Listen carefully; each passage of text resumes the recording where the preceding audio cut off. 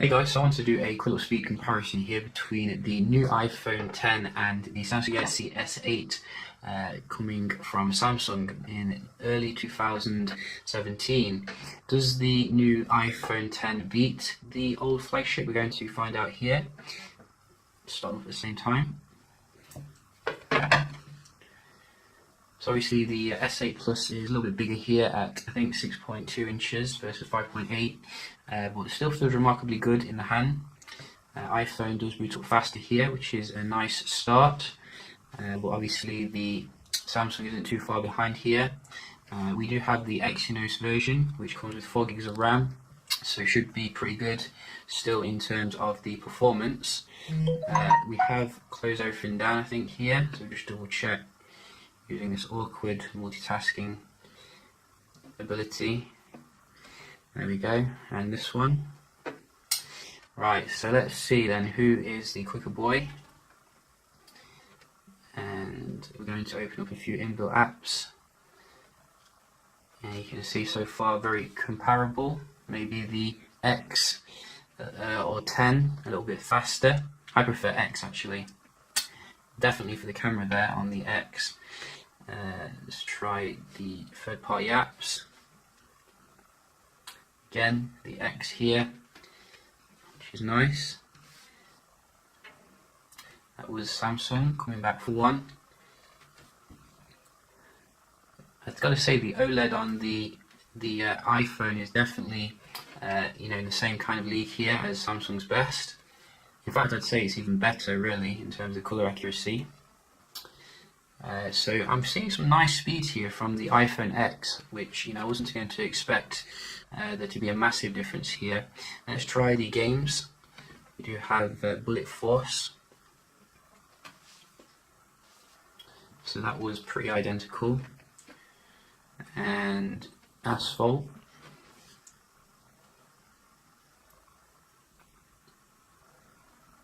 Oh, so iPhone again. Really going out ahead now. You can see Sammy Boy slipping.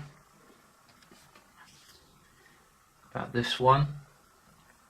So I think that was the iPhone then, but it was very close. We got one more. Death Race. Sounds fun. Again, iPhone here. Coming up with the game much faster. And you can see as well a little bit of lag on the actual graphics, I think, on the Samsung.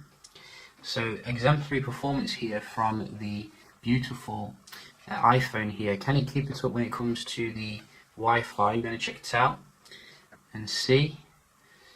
So let's just start with the iPhone here.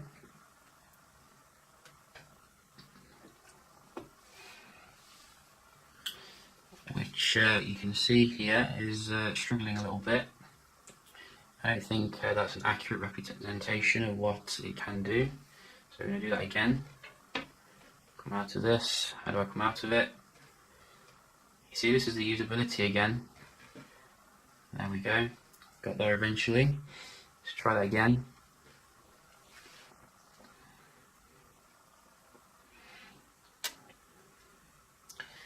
So, decent score, nothing too special. I do think the Alien Technology representative of 2017 will be able to meet that.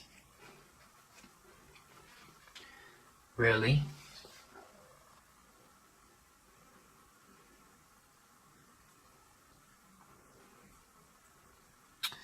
So, Alien Technology representative is struggling tonight when it comes to the speed. But we are going to give it another chance because we are fair. Upload is very good.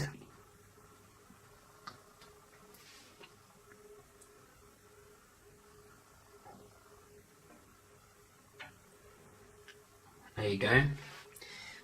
So very nice comeback there for the Sammy Boy. That's what I like to see. Full money's worth, nearly.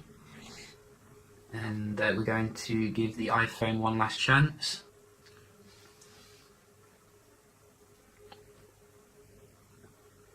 Oh, so you can see it can't quite meet the Samsung when it's on form, which is a tad disappointing, given that you can get the S8 Plus for half the price now. But here's what it is. Overall, decent performance. Let's have a look at the multitasking here. Hopefully I won't pull my hair out trying to do this. So that's one. Oops. I was doing it good the other night, but I completely forgot how to do it again. I've read somewhere that some people are taking their iPhone X's back because they don't know how to use it. There we go, that's how you do it. Another one. Oh, reload. So iPhone's gone ahead when it comes to multitasking, which is nice. 3 gigs of RAM, that's all you need on the iPhone here. And that was quite comparable. Another one. So I think that was probably a one-off with the SA. Let's try a game, see if they held that in memory. So much faster on the iPhone to get into that. I don't like the way, you see how they haven't really thought that through there. When you want to multitask, it goes into horizontal mode. And how do you get it to... It just seems to me, you know, that's very kind of beta product, like they've not tested it properly. Let's try something else here. This one. So again, nice and comparable.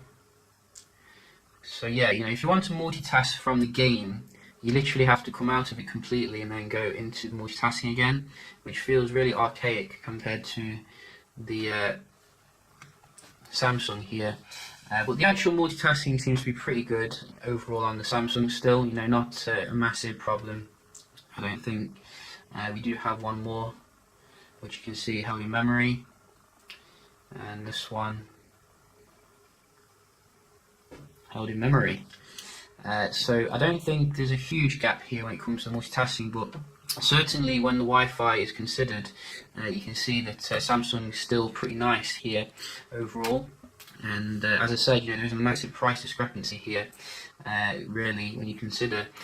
So in terms of the devices which have pros and cons, obviously with the Samsung you do get a fingerprint scanner here, which is in a terrible position, which I don't think you actually get on the iPhone 10 here. But you do get the facial recognition on both of them, which is quite nice. Not foolproof though, a little bit intrusive if you ask me, but nevertheless, it's pretty nice to have overall.